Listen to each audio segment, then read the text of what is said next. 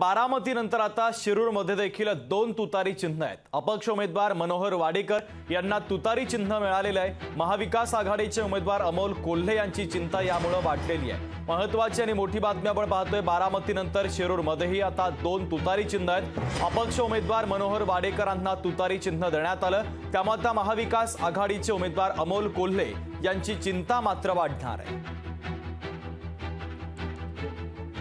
निवडणूक आयोगाने मागितल्याप्रमाणे मला तुतारी हे चिन्ह मिळालेले असून आमच्या विरोधी पक्षीय उमेदवाराला तुतारी फुकणारा माणूस हे चिन्ह मिळालेलं असून ह्या चिन्हामध्ये कुठल्याही प्रकारची दिशाभूल समाजाची होणार नाही, मतदाराची होणार नाही।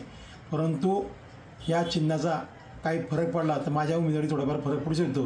परंतु आपण सर्व मतदारांनी, आपण सुज्ञ मतदार आहात, आपण सर्वांनी तुतारी ह्या चिन्हापुढील बटन दाबून मला सर्वसामान्य समाजाचे प्रश्न मांडण्याकरता आपण सर्वांनी लोकसभेमध्ये पाठवावी।